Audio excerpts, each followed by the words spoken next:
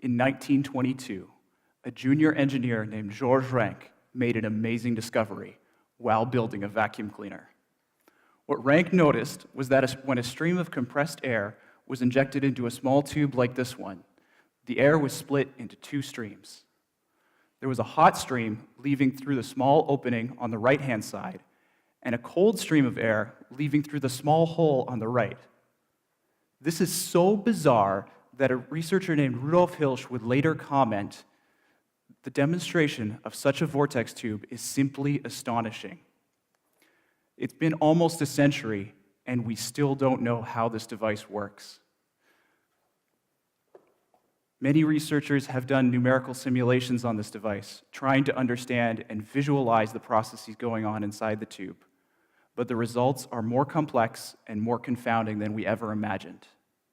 In my research, I'm testing the hypothesis that as the cold stream is forced through the small hole, it starts to speed up, in the same way that a twirling figure skater spins faster when she draws her arms toward her chest. I have some preliminary results which support this hypothesis, and I'm now conducting more detailed fluid simulations to verify my findings. Now, the vortex tube has a lot of interest outside academia as well. Because it's so simple to build and easy to operate, it's been used to cool workers in hot environments, and it's also been used to turbocharge car engines for increased automotive efficiencies.